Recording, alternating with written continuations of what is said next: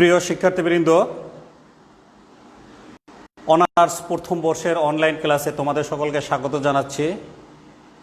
অনেক দিন পরে আবার তোমাদের সাথে আমরা অনলাইন ক্লাসে মিলিত হয়েছি। আজকে আমি অনার্স প্রথম বর্ষের আমার এই পত্রের পঞ্চম অনলাইন ক্লাস এটি।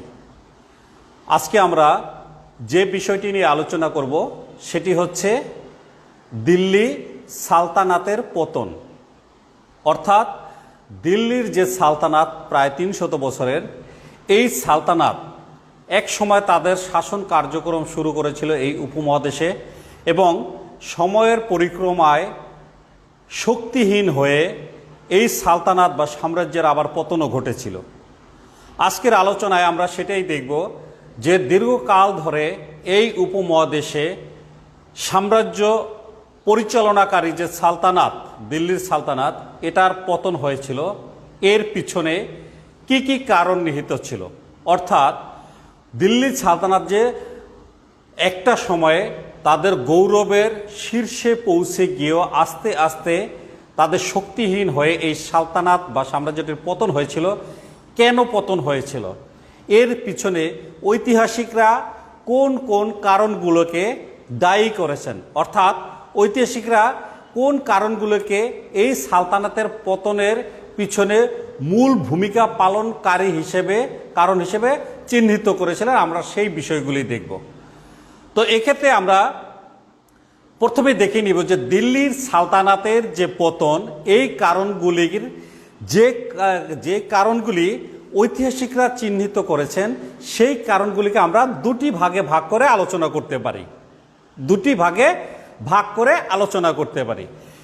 একটি ভাগে থাকবে যে দিল্লির সালতানাত পরিচালনাকারী যে সমস্ত সুলতানরা দায়িত্ব পালন করেছিলেন, তাদের কি কি ভুল ত্রুটি ছিল, তাদের কি কি দুর্বলতা ছিল, বা তাদের কোন কোন ক্ষেত্রে তাদের দক্ষতার অভাব ছিল। অর্থাৎ আভ্যন্তরীণ সালতানাতের আভ্যন্তরীণ যে কারণগুলি, সেই কারণগুলি আমরা একটা ভাগে ভাগ করে আলোচনা করব। আর অন্য ভাগে ভাগ করে আলোচনা করব সেটি হচ্ছে কি দিল্লির সালতানাতের বাহিরে, অর্থাৎ দিল্লির সালতানাতের নিজস্ব সুলতানদের ব্যর্থতার বাইরে বাহিরের শক্তির কোন কোন কারণগুলি বা বাহিরের কোন কোন শক্তির আক্রমণের কারণে এই সালতানাত দুর্বল হয়েছিল। অর্থাৎ একটি কারণে আলোচনা করব সালতানাতের বা দিল্লির সুলতানদের নিজস্ব দুর্বলতা কী ছিল, যেটাকে বলবো আমরা আভ্যন্তরীণ কারণ। আর আরেকটা অংশে আমরা আলোচনা করব সেটা হচ্ছে যে এই দিল্লি সালতানাতের সময়ে দেখা গেছে অনেক বিদেশি শক্তি এই সালতানাতকে বা ভারতে আক্রমণ পরিচালনা করেছিল। এই বাহিরের যারা শক্তি, যারা অভারতীয় শক্তি, তারা কারা, যারা এই দিল্লির সালতানাতকে আক্রমণ করেছিলেন এবং এর ফলে কি ক্ষতি হয়েছিল সালতানাতের, সেটা আলোচনা করব আমরা বহির আক্রমণের যে অংশ সেটার ভিতরে। তাহলে প্রিয় শিক্ষার্থীবৃন্দ, দিল্লি সালতানাতের পতনের কারণ আলোচনার ক্ষেত্রে দুইটা অংশে বিভক্ত ছিল। একটা হচ্ছে কি আভ্যন্তরীণ কারণ, আভ্যন্তরীণ কারণ, আর দ্বিতীয় অংশে আলোচনা করব আমরা বহিঃশত্রুর আক্রমণ বা বহির আক্রমণ। তাহলে আমরা চলো প্রথমেই দেখে নিচ্ছি যে আভ্যন্তরীণ কারণগুলি কি ছিল। দিল্লি সালতানাতের পতনের কারণ বিশ্লেষণ করতে গিয়ে ঐতিহাসিকরা যে মতামত দিয়েছেন বা যে সকল কারণগুলি চিহ্নিত করেছেন, এর মধ্যে বহিঃশত্রুর আক্রমণ বা বহির আক্রমণের তুলনায় আভ্যন্তরীণ যে দুর্বলতা বা আভ্যন্তরীণ যে কারণ, এগুলি ছিল অনেক বেশি। আমার ভুল না থাকলে অন্য আমাকে ভুল পথে পরিচালনা করতে পারে না। দিল্লির সালতানাতের বা সুলতানদের আভ্যন্তরীণ ত্রুটি না থাকলে বহিঃশত্রুরা আক্রমণ করার সুযোগ পেত না। অতএব এখানে আমরা দেখছি যে খুব লজিক্যালি বা খুব যৌক্তিকভাবেই দেখব যে আভ্যন্তরীণ ত্রুটি বিচ্যুতি এগুলি ছিল বেশি, যেগুলি দিল্লির সালতানাতকে পতনের পথে আরও বেশি এগিয়ে নিয়ে গিয়েছিল। প্রথমে আভ্যন্তরীণ কারণের আমরা একটা অংশ যেটা দেখব সেটা হচ্ছে কি একনায়কতান্ত্রিক শাসন ব্যবস্থা। ঐতিহাসিকরা বলেছেন যে দিল্লির সালতানাতের পতনের কারণের অন্যতম উল্লেখযোগ্য কারণ হচ্ছে যে দিল্লির যে সালতানাত পরিচালনাকারী যে সকল সুলতানরা ক্ষমতায় এসেছিলেন, তাদের মধ্যকার যে এক নায়কতান্ত্রিক ও স্বৈরাচারী যে মানসিকতা, এটাই দিল্লির সালতানাতের পতনের পিছে গুরুত্বপূর্ণ ভূমিকা পালন করেছিল। কেন? তারা বলেছেন যে দিল্লির সালতানাত এর সময়ে বা দিল্লির সুলতানদের সময়ে ওই সময় ব্যবস্থাটা এমন ছিল যে যত বেশি শক্তিশালী শাসক ছিলেন তার সাম্রাজ্য অতটা কঠোরভাবে বা সুন্দরভাবে বা সঠিকভাবে পরিচালিত ছিলেন। যে শাসক দুর্বল ছিলেন তার শাসন ব্যবস্থা বা তার সময়ের সালতানাত অনেকটা দুর্বলভাবে পরিচালিত হয়েছিলেন। মূলত ওই সময়ে দেখা গেছে সুলতানদের ব্যক্তিত্ব, চরিত্র, রাজনৈতিক ও সামরিক প্রতিভা এগুলির উপরে সালতানাতের ক্ষমতা, মর্যাদা ও কার্যকারিতা নির্ভর করত। অর্থাৎ একজন সুলতান কতখানি একনায়কতান্ত্রিক হবেন, কতখানি স্বৈরতান্ত্রিক হবেন, কতটা কঠোর হবেন, এগুলির উপরে নির্ভর করত যে দিল্লির সালতানাতের মর্যাদাটা কতখানি হবে।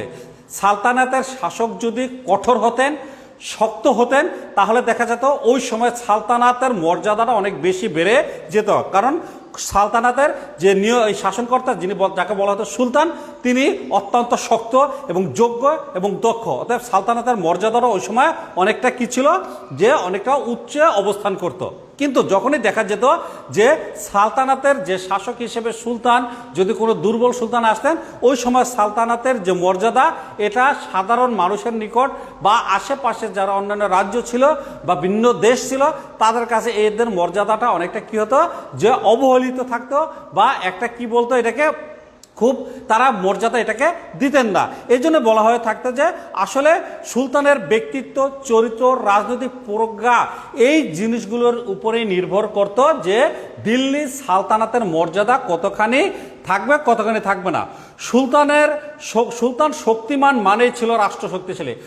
ওখানে যদি দেখা যেত যে দিল্লি সালতানাতের একজন সুলতান সে খুব শক্তিশালী হয়েছেন, তাহলে দেখা যেত যে ওই সময় রাষ্ট্রটা থাকতো অত্যন্ত শক্তিশালী অবস্থায়। যখন দেখা যেত যে সুলতান খুব দুর্বল, তাহলে দেখা যেত রাষ্ট্রটা অনেকটা শক্তিহীন হয়ে যেত। তো এই যে জিনিসটা দিল্লি সালতানাতের যেমন শক্তিমান শাসকের আবির্ভাব ঘটে, তেমনি দুর্বল ও অপদার্থ অনেক শাসকের আবির্ভাব ঘটে। দুর্বল শাসকের সংখ্যাই ছিল বেশি। শুধুমাত্র কুতুবউদ্দিন আইবেক, ইলতুৎমিশ, গিয়াসউদ্দিন বলবন, আলাউদ্দিন খিলজি, মুহাম্মদ বিন তুগলক ছাড়া বাকি সকলেই ছিলেন অযোগ্য। অতএব ঐতিহাসিকরা এই কথাটাই বলছেন যে উল্লেখিত এই যে বলবন, ইলতুৎমিশ, তারপর যে আমরা যে কুতুবউদ্দিন আইবেক, তাই এইরকম আলাউদ্দিন খিলজি, এরকম সুলতানদের সময় দিল্লির মর্যাদা ছিল অনেক উপরে। কারণ এরা ছিলেন ক্ষমতাবান, এরা নিজেদের ক্ষমতাটাকে তারা সুলতান হিসেবে অ্যাপ্লাই করতে পেরেছিলেন। এই জন্য ওই সময় দিল্লির মর্যাদা ছিল অনেক উঁচুতে। কিন্তু যখন দেখা গেলে এর বাইরে বাকি যে সুলতানরা আসছেন তারা বেশিরভাগই ছিল অযোগ্য, অপদার্থ। অতএব ওই সময় সুলতানদের বা দিল্লি সালতানাতের যে শাসনতান্ত্রিক যে একটা কি বলে শাসনতান্ত্রিক যে একটা শক্তিশালী অবস্থা, সেটা সালতানাত আর ধরে রাখতে পারে নাই। এই জন্য বলা হলো যে দিল্লির সালতানাতের পতনের একটা বড় কারণ ছিল যে দিল্লির শাসকদের যে একনায়কতান্ত্রিক শাসন ব্যবস্থা, এই একনায়কতান্ত্রিক শাসন ব্যবস্থার অভাবেই অনেকটা এই সালতানাত দুর্বল হয়ে গিয়েছিল। এরপরে আমরা যেটা দেখব সে 2 নম্বর কারণ, সেটা হচ্ছে কি সুষ্ঠু উত্তরাধিকার নীতির অভাব। উত্তরাধিকারকে আমার পরে আমার সম্পত্তির যে মালিক হবে আমার সন্তান, সে হবে আমার উত্তরাধিকার। আমি কার উত্তরাধিকার হয়েছে? আমার পিতার উত্তরাধিকার। তার যে সম্পত্তি ছিল সেটার অধিকারীকে আমি বা আমার ভাইয়েরা। তাহলে এই যে বাবার ছেলে, আবার ছেলের ছেলে, ওই ছেলের ছেলে, এই যে একটা বংশ পরম্পরা, এটাকেই বলা হয় উত্তরাধিকার। দিল্লি সালতানাতের পতনের একটি বড় কারণ হচ্ছিল যে একজন সুলতানের পরে বা তিনি মারা যাওয়ার পরে পরবর্তী সুলতান কে হবে, এই সুলতানকে নির্বাচন করার পদ্ধতি কি হবে। যে বাবা মারা যাওয়ার পরে বা সুলতান বাবা মারা যাওয়ার পরে তার বড় ছেলেই কি সুলতান হবে, তেমন কোনো নিয়ম ছিল না। আবার বাবা বড় ছেলেকে রেখে একদম ছোট ছেলেকে সুলতান বানাবে, মনোনয়ন দিয়ে যাবে, তাহলে বড় ছেলে দোষ করেছে কি, সে তো বড়। আসলে এই যে উত্তরাধিকার কে নিযুক্ত হবে একজন সুলতানের মারা যাওয়ার পরে, এরকম কোনো সুনির্দিষ্ট লিখিত নিয়ম ছিল না বা গ্রহণযোগ্য নিয়ম ছিল না। স্বাভাবিকভাবেই দেখা গিয়েছে যে একজন সুলতান যখন মারা যান, পরবর্তীতে তার পুত্ররা ওই সাম্রাজ্যের সিংহাসনকে কেন্দ্র করে তাদের মধ্যে কি হচ্ছে অন্তর্দ্বন্দ্ব শুরু হয়ে যেত। কোন্দল শুরু হয়ে যেত। এই অন্তর্দ্বন্দ্ব বা কোন্দল যেটি উত্তরাধিকারের সুনির্দিষ্ট নীতি না থাকার কারণে উদ্ভূত হয়েছিল, এই কারণে দিল্লির সুলতানদের নিজস্ব শক্তি অনেকটা ক্ষয় হয়ে দুর্বল হয়ে গিয়েছিল। যদি সুষ্ঠু উত্তরাধিকার নীতি থাকতো তাহলে একজন সুলতান মারা যাওয়ার পরে পরবর্তী উত্তরাধিকার কে হবে এটা নিয়ে কারোর মধ্যে কোনো দ্বন্দ্ব হতো না, কোন্দল হতো না, শক্তির অপচয় হতো না। অতএব উত্তরাধিকার সুনির্দিষ্ট নীতির অভাবে যে শক্তির অপচয় হয়েছিল এটা সালতানাতের শক্তিকে দুর্বল করে দিয়েছিল বা পতনের পক্ষে নিয়ে গিয়েছিল। 3 নম্বরে আমরা যেটি দেখব সেটি হচ্ছে কি দুর্বল ও অযোগ্য উত্তরাধিকারী। দুর্বল ও অযোগ্য উত্তরাধিকারী কি? দিল্লির সালতানাতের সুলতানগণের মধ্যে ক্ষমতার উৎস ছিল কি দুর্বল ও অযোগ্য উত্তরাধিকার। এখানে দেখব যে দিল্লির সালতানাত প্রায় 300 বছর টিকেছিল। এই 300 বছরের মধ্যে অধিককালের যে দিল্লির সালতানাত অধিকাংশ সুলতানই ছিলেন অযোগ্য, অদক্ষ, অপদার্থ টাইপের। অর্থাৎ তিনি শুধু ভাবতেন আমি সুলতান, তার যে দায়িত্ব আছে ক্ষমতাকে টিকিয়ে রাখার জন্য কিছু কাজ করার আছে, এই উপলব্ধিগুলো তাদের মধ্যে কাজ করতো না। যেটি বললাম যে কুতুবউদ্দিনের পরে ইলতুৎমিশ, আলাউদ্দিন খলজি বা মুহাম্মদ বিন তুগলক ছাড়া অন্য কোনো সুলতানই সুযোগ্য ছিলেন না। ফলে যে জিনিসটা দেখা গেছে যে এই আমরা যেটা দেখবো কুতুবউদ্দিন আইবেক, তারপর যে ওখানে আসছেন যে ইলতুৎমিশ, তারপর যারা আসছেন যে আলাউদ্দিন খলজি, এই যে সময়টা দিল্লির সালতানাতের 300 বছর কালের যে সময়টা, এরকম শাসক যারা আসছেন দেখা গেছে যে কিছু অযোগ্য শাসক ছিলেন, তারপর কেন হয়তো বা এখানে কুতুবউদ্দিন আইবেক আসলেন, ওই অযোগ্য শাসকদের ঘাটতিটা আইবেক পুষিয়ে নিলেন। আবার আইবেক যাওয়ার পরে আবার ইলতুৎমিশ আসলেন, তারপর কিছু অযোগ্য শাসক আসলেন, তারপর আবার এই অযোগ্য শাসকদের সময় সালতানাতের যে অব্যবস্থাপনা তৈরি হয়েছে আবার এগুলি দেখা গেল আলাউদ্দিন খলজি আবার কাভার করেছেন। আবার আলাউদ্দিন খলজি যাওয়ার পর কিছু অযোগ্য শাসকের যে দুর্বলতা তৈরি হয়েছিল তাদের কারণে সেগুলি আবার মুহাম্মদ বিন তুগলক করলেন। কিন্তু দেখা গেল মুহাম্মদ বিন তুগলকের পরে আর কোনো সুযোগ্য শাসক দিল্লির সালতানাতে আসেন নাই। ফলে এর পরে যে অধপতনটা শুরু হয়েছিল দুর্বল শাসকদের কারণে, সেটি আর রোধ করা সম্ভব হয়নি। অতএব ধারাবাহিকভাবে যোগ্য শাসকের অভাবে অযোগ্য শাসকদের শাসনের ফলে দিল্লি সালতানাতের ধ্বংস কি হয়? ত্বরান্বিত হয়। 4 নম্বরে আমরা যেটি দেখব সেটি হচ্ছে কি সামরিক শক্তির উপর নির্ভরশীলতা। এই মুসলমানরা যখন ভারতীয় উপমহাদেশে প্রথম আসে তখন তারা সামরিক শক্তির উপরে নির্ভর করেছিল। যখন ভারতীয় উপমহাদেশের শাসন ক্ষমতা দখল করে এবং পরবর্তীকালে তারা যখন ভারতের শাসন কার্য পরিচালনা করে তখনও তারা সেনাবাহিনীর উপর যে তাদের নির্ভরশীলতা, সেই নির্ভরশীলতা তারা কমিয়ে আনতে পারেনি। তারা অস্ত্রের বলে ভারত বিজয় করেন এবং অস্ত্রের দ্বারা বিজয়কে স্থায়িত্ব দিতে তারা সচেষ্ট হয়েছিলেন। জনগণের হৃদয় জয় করতে বা জনসমর্থন লাভ করতে এই দিল্লির সালতানাতের যে শাসক যারা ছিলেন তারা কখনো চেষ্টা করেননি।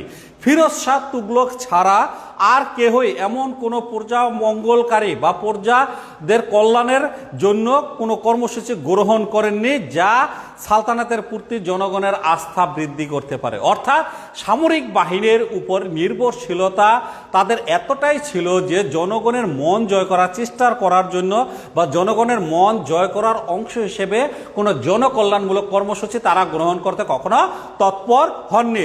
স্বাভাবিকভাবেই দেখা গেছে যে এই জনগণের কাছ থেকে এই সুলতানদের একটা সবসময় দূরত্ব ছিল, কারণ সুলতানরা সামরিক শক্তির উপর নির্ভর ছিলেন, অথচ জনগণ ছিল সকল ক্ষমতার উৎস। তাদের ভালো মন্দ দেখার দায়িত্ব ছিল সুলতানদের।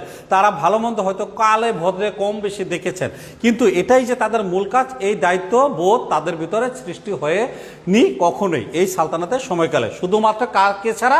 শুধুমাত্র ফিরোজ শাহ তুগলক ছাড়া।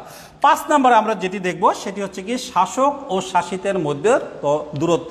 অর্থাৎ শিক্ষক এবং ছাত্র, তোমাদের মতো ছাত্রদের সাথে যদি আমার মতো শিক্ষকের যোগাযোগ না থাকে, আমি কি পড়ালাম, কখন পড়ালাম, কেন এই চ্যাপ্টারটি পড়াবো, এটা যদি তুমি বুঝতে না পারো বা আমি তোমাদেরকে বুঝাতে না পারি, তাহলে তোমরা কিন্তু আমার কাছাকাছি আসতে পারবা না। তাহলে কি হবে? আমি যেটি পড়াচ্ছি সেটি তোমার কোনো কাজে আসবে না। এই যে একটা দূরত্ব, আমার প্রথম কাজই হবে তোমাদের সাথে আমার দূরত্ব কমিয়ে নিয়ে আসা। তো এই দূরত্ব কিভাবে হবে? আমি কমবে কিভাবে? আমি নিয়মিত তোমাদেরকে ক্লাস নিব, ক্লাসে আসার জন্য উৎসাহ দিব। তোমরা না বুঝলে আমি তোমাদের সেই বিষয়টাকে ইজি করে তোমাদের সামনে তুলে ধরবো। এইভাবে অন্যান্য সহযোগিতা তোমরা যেটা চাইবে লেখাপড়ার ক্ষেত্রে, আমি যখন তখন তোমাদেরকে সহযোগিতা করবো। এইভাবে করলেই কেবল আমি তোমাদের সাথে আমার একটা ইন্টিমেসি বা নৈকট্য তৈরি হবে, দূরত্ব দূর হবে। কিন্তু দিল্লির শাসকেরা যে কাজটি করেছিলেন যে শাসকের সাথে শাসিতের দূরত্ব তৈরি ছিল, অর্থাৎ শাসককে সুলতান, শাসিত কারা জনগণ। সেটাই বলা হলো যে দিল্লির সুলতানি শাসনামলে শাসক ও শাসিতের মধ্যে সুলতান এবং জনগণের মধ্যকার দূরত্ব শাসন ব্যবস্থাকে সবসময় দুর্বল করে রাখে। শাসক শ্রেণী কখনোই সাধারণ মানুষের কাছাকাছি আসেনি। শাসক জনগণের প্রতি যে তাদের দায়িত্ব আছে দিল্লির সুলতানরা সেটা অনুধাবন করতে পারেননি। এ কারণে সাধারণ মানুষও তারা কি করছে, তাদের অভাব অভিযোগ কখনো সুলতানের কাছে পৌঁছাতে সক্ষম হননি। বড় ফলে যে দেখা গেছে যে এই শাসক এবং শাসিতের মধ্যে যে একটা দূরত্ব, এই দূরত্বের সুযোগ নিয়ে মধ্যস্বত্বভোগী যারা জায়গিরদার শ্রেণী ছিল তারা ও স্থানীয় প্রতিনিধিরা তারা কি করত, নিজ নিজ এলাকায় গিয়ে তারা জনগণের উপর অত্যাচার নির্যাতন করে তারা নিজেদের ভাগ্য তারা নিজেরা গুছিয়ে নিয়েছিল। ফলে জনগণ বঞ্চিত ছিল। শাসকের পরিবর্তন হলেও জনগণের অবস্থার পরিবর্তন ঘটেনি। ফলে যখন সালতানাতের ক্রান্তিকাল চলে, যখন সালতানাতের যে একটা দুর্বল সময় চলছিল, তখন এই জনগণ দিল্লির সুলতানদের সমর্থনে এগিয়ে আসেনি। ফলে এটা তাদের বা সালতানাতকে পতনের দিকে এগিয়ে নিয়ে গিয়েছিল। তারপর যেটি ছিল যে সামন্ত প্রথার কুফল। মধ্যযুগের ইউরোপের সামন্ত প্রথা যেটি ছিল, সামন্তরা তারা কি করেছিল, সামাজিক যে অসমতাগুলি এগুলি দূর করার ক্ষেত্রে গুরুত্বপূর্ণ ভূমিকা পালন করেছিল। বাট আনফর্চুনেটলি ভারতের যে সামন্ত ব্যবস্থাটা ছিল তারা কিন্তু সেরকম কোনো ভূমিকা পালন করতে পারেনি। বরঞ্চ এই সামন্তরা ছিল কি ভারতের জন্য একটি অভিশাপ স্বরূপ। কারা সামন্তরা? জায়গিরদাররা। তারা সম্রাটের কাছ থেকে তারা জমির বন্দোবস্ত নিত, এলাকার একটা দায়িত্ব নিত, ওই এলাকায় তারা নিজেরাই দেখা যেত নিজেদের মতো রামরাজত্ব কায়েম করত এবং জনগণকে তারা শোষণের হাতিয়ার হিসেবে তারা ব্যবহার করত। ফলে যে জিনিসটা দেখা গেল যে এই সামন্তরা সরকার এবং জনগণের মধ্যে একটা দূরত্ব সৃষ্টি করে রাখার একটা উপকরণ হিসেবে তারা কাজ করেছিল। তো এই সামন্তরা যদি তাদের এই ভূমিকাটা পরিবর্তন করে জনগণ এবং সরকারের মাঝে সম্পর্ক স্থাপনের জন্য একটা নিয়ামক হিসেবে কাজ করত, তাহলে সালতানাতটা আরো গতি পেত, জনগণের আরো কল্যাণ হতো। কিন্তু তাদের ভূমিকার ফলে সরকারের সাথে সুলতানের সাথে জনগণের যে একটা দূরত্ব সেটা আরো দীর্ঘস্থায়ী হয়েছিল। অনেক ক্ষেত্রে এটা সালতানাতের বা সুলতানদের পতনের কারণ হয়ে দেখা দিয়েছিল। তারপর আমরা যে জিনিসটা দেখব যে প্রাদেশিক শাসকদের কেন্দ্র বিমুখতা। প্রাদেশিক শাসককে ভারতের এক একটা, যেমন পশ্চিমবঙ্গে এখন কলকাতার মুখ্যমন্ত্রী আছে মমতা বন্দ্যোপাধ্যায়, তিনি কলকাতা বা পশ্চিমবঙ্গের একদম সরকার প্রধান। এখানে পশ্চিমবঙ্গের জন্য কি ভালো হবে মন্দ হবে এটা সেই জানে। সে বাৎসরিকভাবে সে দিল্লির কেন্দ্রীয় সরকারের নিকট তার কাজের একটা হিসাব দেন বা একটা সমন্বয় করেন, কিন্তু কেন্দ্র এখানে এসে নাক গলান না। তো মধ্যযুগে আমরা সালতানাতের আমলে সেই জিনিসটাই দেখব যে এই যে প্রাদেশিক শাসকদের কেন্দ্র বিমুখতা, সেখানে আমরা দেখব যে দিল্লির যে কেন্দ্রীয় শাসক বা সুলতান যিনি ছিলেন তার সময়কালে প্রদেশের অনেক শাসকেরা, যেমন বাংলা প্রদেশ ছিল বা অন্যান্য বিহার প্রদেশ বা উড়িষ্যা প্রদেশ, এই সকল প্রদেশে যারা শাসনকর্তা ছিল তারা শাসন ক্ষমতা লাভ করার পর সম্রাট সুলতানের কাছ থেকে তারা তাদের সমর্থন আদায় করে নিয়ে এসেছিল। হ্যাঁ, কিন্তু বাস্তব ক্ষেত্রে দেখা যেত যে এই সকল প্রাদেশিক শাসকেরা দিল্লির সুলতানকে পাশ কাটিয়ে নিজের এলাকায় নিজেরা অনেকটা স্বাধীন শাসকের মতো তারা কার্যক্রম পরিচালনা করার চেষ্টা করত। অনেক সময় যুদ্ধ বিগ্রহের প্রয়োজনে যখন দেখা দিত তখন এই প্রাদেশিক শাসকেরা কি করত, দিল্লির সুলতানকে সৈন্য দিয়ে সহায়তা করত। কিন্তু দেখা যেত যে তারা এতটাই উদাসীন থাকতো বা এতটাই অবহেলা প্রদর্শন করত যে যোগ্য সৈন্যবাহিনী তারা কেন্দ্রীয় সরকারকে তারা সরবরাহ করতো না। ফলে নামের যে সকল সৈন্য তারা সরবরাহ করত এদের দিয়ে কেন্দ্রীয় সরকার কখনো যুদ্ধ জয়লাভ করতে পারতো না। তাহলে কেন্দ্রের প্রতি প্রাদেশিক সরকারের যে অসহযোগিতা, এই সহযোগিতার ফলে অনেক ক্ষেত্রে দেখা গেল যে সালতানাতের কেন্দ্রীয় সরকার তাদের যুদ্ধ বিগ্রহ বা বিভিন্ন ক্ষেত্রে তারা কি হয়েছিল যে সফলতা অর্জন করতে পারে নাই। কেন? এই প্রাদেশিক যারা শাসক ছিলেন তাদের অসহযোগিতা বা কেন্দ্রের প্রতি তাদের যে একটা বিমুখ যে একটা মানসিকতা, সেই মানসিকতা প্রদর্শনের কারণে। তো প্রিয় শিক্ষার্থীবৃন্দ, তারপরে আমরা যে জিনিসটা দেখব যে 8 নাম্বার কারণ, আরামপ্রিয়তা ও বিলাসীয়তা।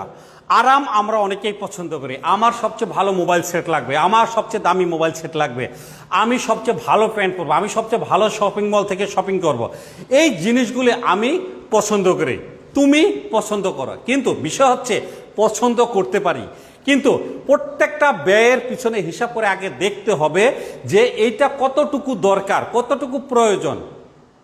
যদি প্রয়োজনের সাথে আয়ের সাথে ব্যয়ের সমন্বয় না থাকে, তাহলে একটা সময় দেখা যাবে তার যে সঞ্চয়, তার যে সম্পদ, এগুলি সব নিঃশেষিত হয়ে যাবে।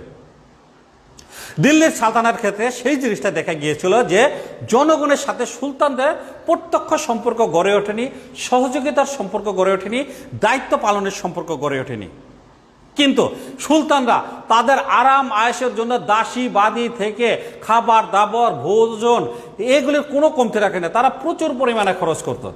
ফলে এই সুলতানদের যে ব্যাপক আরাম আয়েশ, অপ্রয়োজনীয় খরচ, এর ফলে দেখা গেল যে দিল্লি সালতানাতের যে রাজকোষ সেখানে অর্থ সংকট দেখা দিল।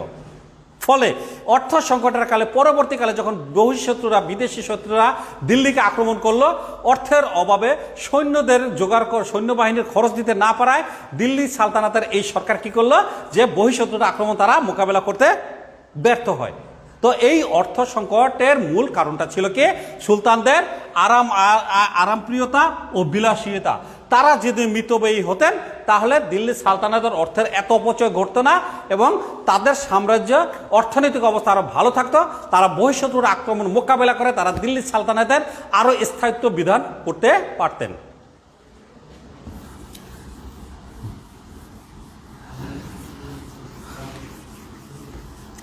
এরপরে আমরা যেটি দেখব ৯ নম্বরে সাম্রাজ্যের বিশালতা। প্রত্যেকে চায় যে তার সাম্রাজ্যটা অনেক বড় হোক। দিল্লির প্রত্যেকটি সুলতানি চেয়েছিলেন তাদের সাম্রাজ্য বড় হোক।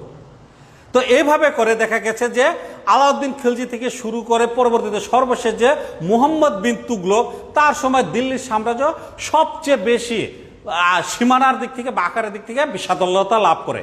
কিন্তু এই বিশাল যে সাম্রাজ্য, এটাকে শাসন করে টিকিয়ে রাখার মতো কোনো যোগ্য সুলতান মুহাম্মদ বিন তুগলকের পরে আর সালতানাতে আসেননি। ফলে বিশাল সাম্রাজ্যের রক্ষণাবেক্ষণ করতে গিয়ে এই সকল সাম্রাজ্য সুলতানরা কি করেছিলেন? দায়িত্বহীনতার পরিচয় দিয়েছিলেন বা অক্ষমতার পরিচয় দিয়েছিলেন। আবার একইভাবে সাম্রাজ্যের বিশালতা হওয়ার কারণে যাতায়াত ব্যবস্থা উন্নত থাকার না কারণে দেখা গেল যে রাজ সাম্রাজ্যের উত্তর দিকে একটা বিদ্রোহ দেখা দিয়েছে। সুলতান ওই উত্তরে বিদ্রোহ দমন করতে গিয়ে শুনলেন আবার দক্ষিণে বিদ্রোহ দেখা দিয়েছে, আবার উত্তর থেকে দক্ষিণে যেতে যেতে দেখা গেল পূর্বে বিদ্রোহ দেখা দিয়েছেন। তার মানে বিশাল সাম্রাজ্য তারা তৈরি করেছিলেন ঠিকই, কিন্তু বিদ্রোহ দমন করার জন্য প্রয়োজনীয় নিরাপত্তামূলক ব্যবস্থা তারা গ্রহণ করতে পারেননি বলে দেখা গেল কি যে এই সাম্রাজ্যের বিশালতায় সালতানাতের এক সময়ের গলার ফাঁস হয়ে দাঁড়ালো। তারপরে যেটি দেখবো যে হিন্দুদের বিরোধিতা। সালতানাতের যারা শাসক তারা সবাই ছিলেন সুলতান বা মুসলিম, তারা ভারতের বাইরে থেকে এসে এখানে তারা ক্ষমতা দখল করেছিলেন। কিন্তু আবার শাসক হিসেবে তারা জনগণ তথা ভারতীয় তথা হিন্দুদেরকে তারা তাদের অভাব অভিযোগ তারা আমলে নিয়ে তাদের সাথে দূরত্ব কমানোর কখনো চেষ্টা করেননি। স্বাভাবিকভাবেই এই সকল স্থানীয় ভারতীয়রা, বিশেষ করে ভারতীয়দের মধ্যে যারা রাজপুত জাতি ছিল, এই রাজপুতরা বারবার দিল্লি সালতানাতের বা সুলতানদের বিরুদ্ধাচরণ করে তাদেরকে পাল্টা আক্রমণ করে সবসময় ব্যতিব্যস্ত করে রেখেছিল। তো ভারতীয়দের বা এই হিন্দুদের বিরোধিতা দিল্লি সালতানাতের বা সুলতানদের জন্য একটা বড় সমস্যার কারণ হিসেবে চিহ্নিত হয়েছিল। যদি সুলতানরা এই সাম্রাজ্যের অংশ হিসেবে হিন্দুদের মন জয় করার চেষ্টা করতেন তাহলে হয়তোবা সাম্রাজ্য আরো বেশি স্থায়িত্ব লাভ করত। কৃতদাস প্রথা। তোমরা জানো যে এই ভারতে বা সুলতানি আমলের অন্যতম বৈশিষ্ট্য ছিল কৃতদাস প্রথা। দিল্লি সালতানাতের প্রথম দিকের কতিপয় সুলতান যেমন প্রথম জীবনে কুতুবউদ্দিন আইবেক ছিলেন, প্রথম জীবনে কৃতদাস ছিলেন। পরবর্তীকালে দেখা গেছে যে তারা আরো অনেক প্রচুর কৃতদাস পালন করতেন। অর্থাৎ যেটি বলা হচ্ছে যে দিল্লি সালতানাতের শুরুর দিকের অনেক শাসকরা তারা নিজেরা যেমন কৃতদাস ছিলেন, দেখা গিয়েছিল যে এই কৃতদাস শাসকেরা কি করতেন? অনেক কৃতদাস ক্রয় করে আবার নিজেরা লালন পালন করতেন বা তাদের নিজস্ব গৃহস্থলীর কাজে বা দৈনন্দিন কাজে তাদেরকে ব্যবহার করতেন। দিল্লি সালতানাতের যাত্রাই হয়েছে কৃতদাসদের কৃতদাসদের মাধ্যমে যেমন মোহাম্মদ ঘুরির বিশাল যে কৃতদাস শ্রেণীর অন্যতম ছিলেন কুতুবউদ্দিন আইবেক, পরবর্তীতে দিল্লি সালতানাতের অন্যতম সফল শাসক হয়েছিলেন।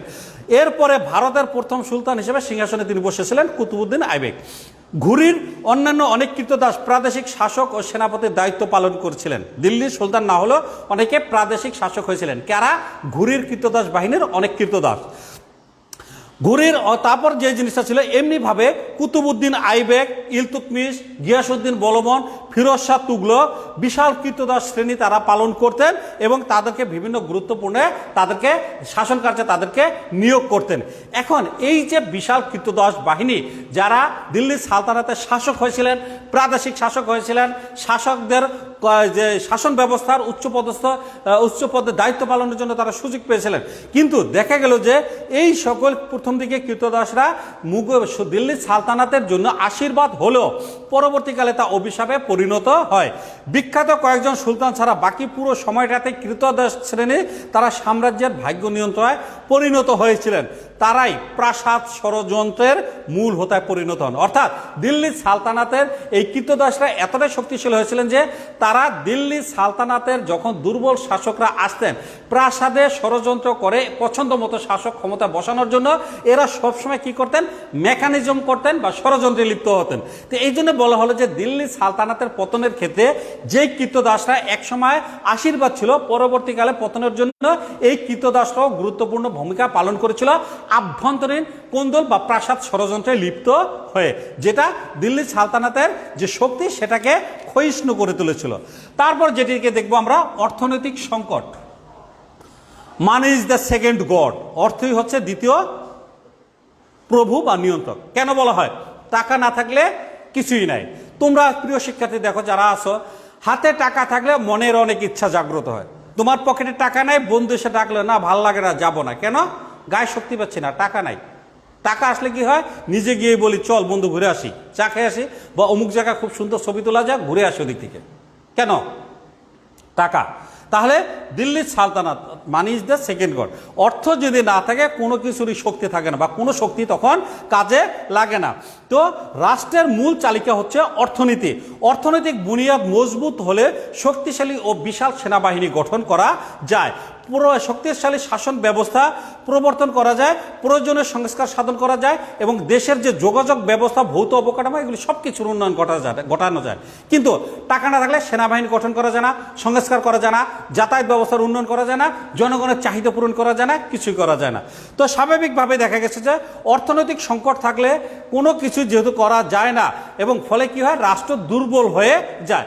দিল্লির অধিকাংশ সুলতান দুর্বল ও আরামপ্রিয় হওয়ার কারণে তারা এত পরিমাণে অর্থের অপচয় ঘটিয়েছিলেন, যখন তাদের পরবর্তীতে প্রয়োজন হয়েছিল সৈন্যবাহিনী গঠন করার, টাকার অভাবে তারা সৈন্যবাহিনী গঠন করতে পারেননি। ফলে কি হলো? সৈন্যবাহিনীর অভাবে বিদেশি শত্রুর আক্রমণ তারা মোকাবেলা করতে পারেননি। তাহলে টাকার অভাবে সৈন্যবাহিনী হয়নি, সৈন্যবাহিনীর অভাবে বিদেশি শক্তির মোকাবেলা হয়নি। সুতরাং টাকার অভাবে বিদেশি শক্তির মোকাবেলা করতে সালতানাতের যারা সুলতান ছিলেন তারা ব্যর্থ হয়েছিলেন।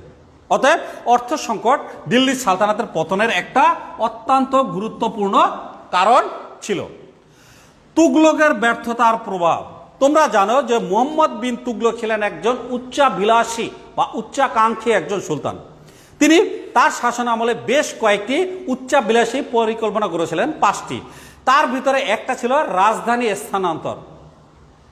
তিনি তার রাজধানী কারাজিলে স্থানান্তর করেছিলেন। এই রাজধানী স্থানান্তর করতে গিয়ে যত অফিস আদালত, লোকজন, পরিবার পরিজন, তাদের সম্পত্তি সব তিনি রাষ্ট্রীয় খরচে তিনি স্থানান্তর করেছিলেন। কিন্তু যেই উদ্দেশ্যে তিনি স্থানান্তর করেছিলেন, ফলে দেখা গেল যে রাজধানী স্থানান্তর করলেও এই সকল লোকজন তাদের দীর্ঘদিনের এলাকা ছেড়ে যেতে রাজি হন নাই। ফলে তিনি জোর করে টাকা খরচ করে রাজধানী স্থানান্তর পরিকল্পনা বাস্তবায়ন করলো, বাস্তবে সেটা ফলপ্রসূ হয়নি। আর এই যে ফলপ্রসূ না হওয়ার কারণে যেটি হলো, মোহাম্মদ বিন তুগলকের পরিকল্পনা কি হলো? ব্যর্থ হলো। আর মোহাম্মদ বিন তুগলকের এই পরিকল্পনা ব্যর্থ হওয়ার ফলে জনগণের মধ্যে কি হলো? একটা অবিশ্বাস দেখা দিল দিল, একটা বিশৃঙ্খলা দেখা দিল, টোটাল শাসন ব্যবস্থা একটা বিশৃঙ্খলা দেখা দিল। এটার ধাক্কা আর পরবর্তীতে সুলতানি যেটা দিল্লির সালতানাত এটা কাটিয়ে উঠতে পারেনি। অতএব মোহাম্মদ বিন তুগলকের যে মেগা পরিকল্পনা, 5টি পরিকল্পনা এবং এর পিছনে যে বিশাল অর্থ ব্যয়, এটাও দিল্লির সালতানাতের পতনের পিছনে গুরুত্বপূর্ণ ভূমিকা পালন করে। তারপরে দেখো ফিরোজ শাহ তুগলকের সংস্কারের কুফল। ফিরোজ শাহ তুগলককে বলা হয় তিনি জনগণের কল্যাণের কথা অনুধাবন করতে পেরেছিলেন, অন্য কোনো সুলতান এটা করতে পারেননি। কিন্তু এটা করতে অনুধাবন করলেও তিনি যে পদক্ষেপগুলি গ্রহণ করেছিলেন জনগণের কল্যাণের কথা চিন্তা করে, সেটা আসলে খুব একটা তার একটা প্রজ্ঞাসুবান একটা সিদ্ধান্ত ছিল না। আলাউদ্দিন খলজি তিনি জায়গির প্রথা বাতিল করে দিয়েছিলেন যে জায়গিরদের অত্যাচার থেকে জনসাধারণকে মুক্ত করার জন্য। কিন্তু দেখা গেল ফিরোজ শাহ তুগলক সেই জায়গিরদারি প্রথা তিনি পুনর্বহাল করলেন। ফলে কি হলো, যে অত্যাচার থেকে আলাউদ্দিন খলজি জনগণকে রক্ষার ব্যবস্থা করেছিলেন, যে ফিরোজ শাহ তুগলক সেই কুফলটাকে আবার তিনি ফিরিয়ে নিয়ে এসেছিলেন। তো আলাউদ্দিন ফিরোজ শাহ তুগলকের এমন সব সংস্কারের কুফলের কারণে দিল্লির সালতানাতের শক্তি ক্ষয় হয় এবং জনগণ সালতানাতের প্রতি অসন্তুষ্ট হয়েছিল। তারপর যেটি দেখবো যে জাতীয়তাবোধের অভাব। জাতীয়তাবাদ কি? একটি মানসিক ধারণা। যখন একটি নির্দিষ্ট ভূখণ্ডে একই চিন্তা ভাবনার, একই ভাষার, একই রীতির অনেকগুলি লোক বসবাস করে, তখন তাদের ভিতরে একটি অনুভূতি কাজ করে, আমরা এক। এই অনুভূতিটি হচ্ছে কি? জাতীয়তা বোধ। ভারতের জনগণ ছিল হিন্দু, তারা ছিল ভারতীয়। দিল্লির সালতানাতের শাসকরা ছিল মুসলমান, তারা বাহির থেকে একটা সময় এখানে এসেছিল।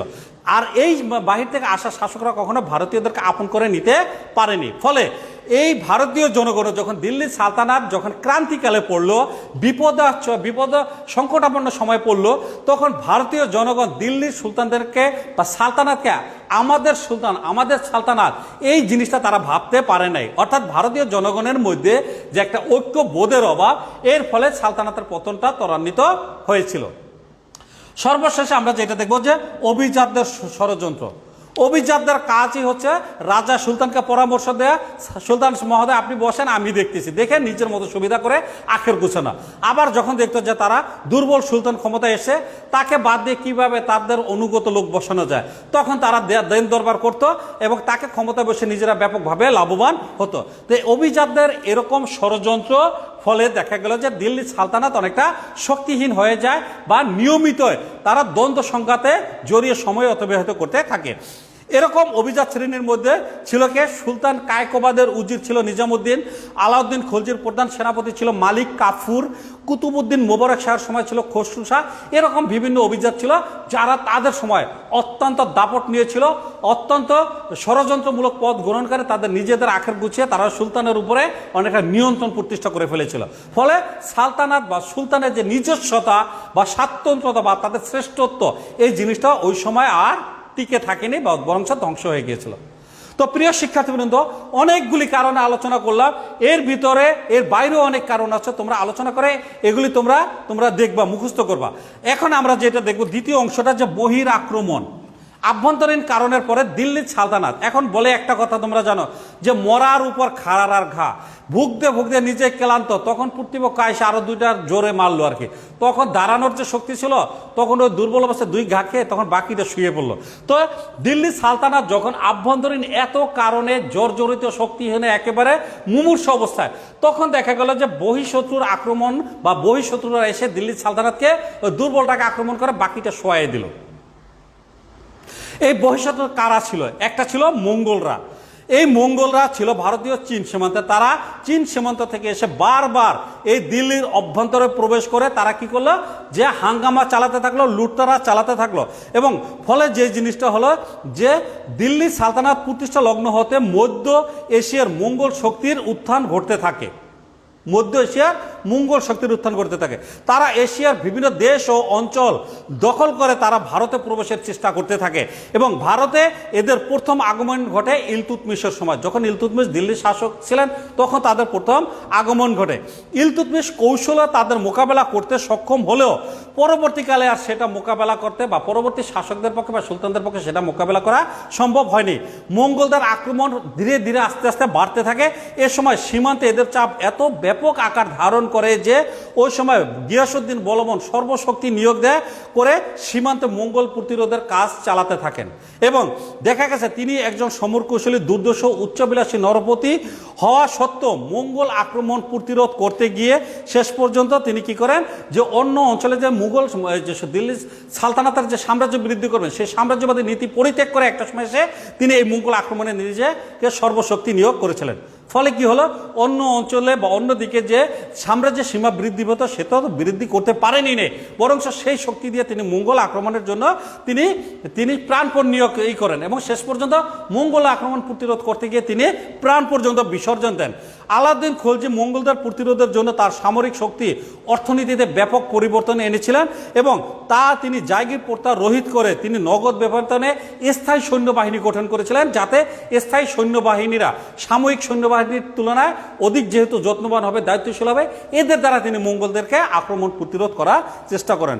মূল কথা হলো যে কুতুবউদ্দিন ইলতুৎমিশের সময় থেকে বা কুতুবউদ্দিন আইবকের সময় থেকে যেই মঙ্গলদের বিরুদ্ধে দিল্লির সুলতানরা ক্রমাগতভাবে তাদের মোকাবেলার জন্য শক্তি, ব্যাপক অর্থ শক্তি ব্যয় করেছিলেন, তারপরে দেখা গেল যে এটা যদি দিল্লির সালতানাতে ৩০০ বছরের বেশি সময় হিসাব করা হয় তাহলে দেখা যাবে এর পরিমাণটা অনেক বেশি, অর্থাৎ অনেক পরিমাণ শক্তি এবং অর্থ এই মঙ্গল আক্রমণ মোকাবিলা করতে দিল্লির শাসকরা ব্যয় করেছিলেন, যা তাদেরকে আরও দুর্বল করে তুলেছিল।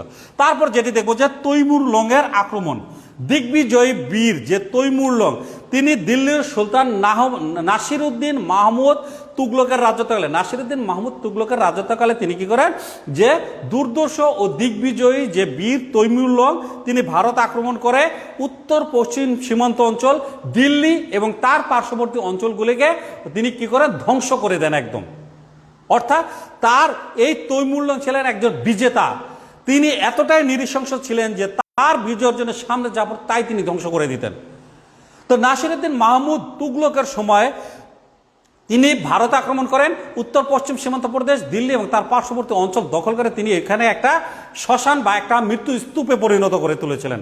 সুলতান নাসিরউদ্দিন মাহমুদ তুগলক পালিয়ে কোনো রকমে আত্মরক্ষা করেন, এতে দিল্লি সালতানাতের শাসন কাঠামো সম্পূর্ণরূপে ধ্বংস হয়ে যায়। সেখান থেকে দিল্লির সালতানাত আর কামব্যাক করতে পারেনি বা ফিরতে পারেনি। সর্বশেষ যে কারণটা দিল্লি সালতানাতের বা যেটাকে আমরা বলবো যে প্রত্যক্ষ কারণ, সেটা হচ্ছে কি মুঘল সম্রাট বাবরের ভারত আক্রমণ। দিল্লি সালতানাতের পতনের একদম শেষ পর্যায়ে 1526 খ্রিস্টাব্দে মুঘল বংশের যে শাসক বা প্রতিষ্ঠাতা জহিরুদ্দিন মোহাম্মদ তিনি কি করেন ভারত আক্রমণ করেন। ওই সময় ভারতে বা দিল্লিতে শাসন করছিলেন কে, লোদি বংশের শাসক কে, ইব্রাহিম লোদি। তাকে আক্রমণ করে তাকে পরাজিত করার মধ্য দিয়ে মূলত এই ভারতীয় উপমহাদেশে দিল্লি সালতানাতের চূড়ান্ত পতন সমাপ্ত হয় বা সম্পন্ন হয়েছিল।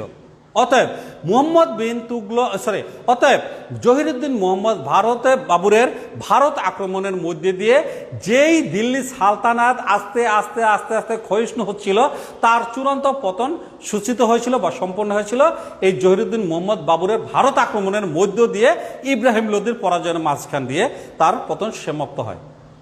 প্রিয় শিক্ষার্থীবৃন্দ, অনেক কারণ আলোচনা করেছি, এর বাইরেও অনেক কারণ আছে, আমরা যেগুলি গুরুত্বপূর্ণ সেই কারণগুলি এখানে উল্লেখ করলাম। তোমরা চেষ্টা করবা দিল্লি সালতানাতের পতনের কারণ এটা যখন নোট করে পড়বা তখন যত সম্ভব বেশি পয়েন্ট দিয়ে এটাকে লেখার। তবে মনে রাখতে হবে কোনো একটা বিষয় যাতে একাধিক পয়েন্টে না এসে যায়, অর্থাৎ যাতে রিপিটেশনটা যাতে না হয়। যেই পয়েন্ট লিখবা একটা বিষয় লিখবা।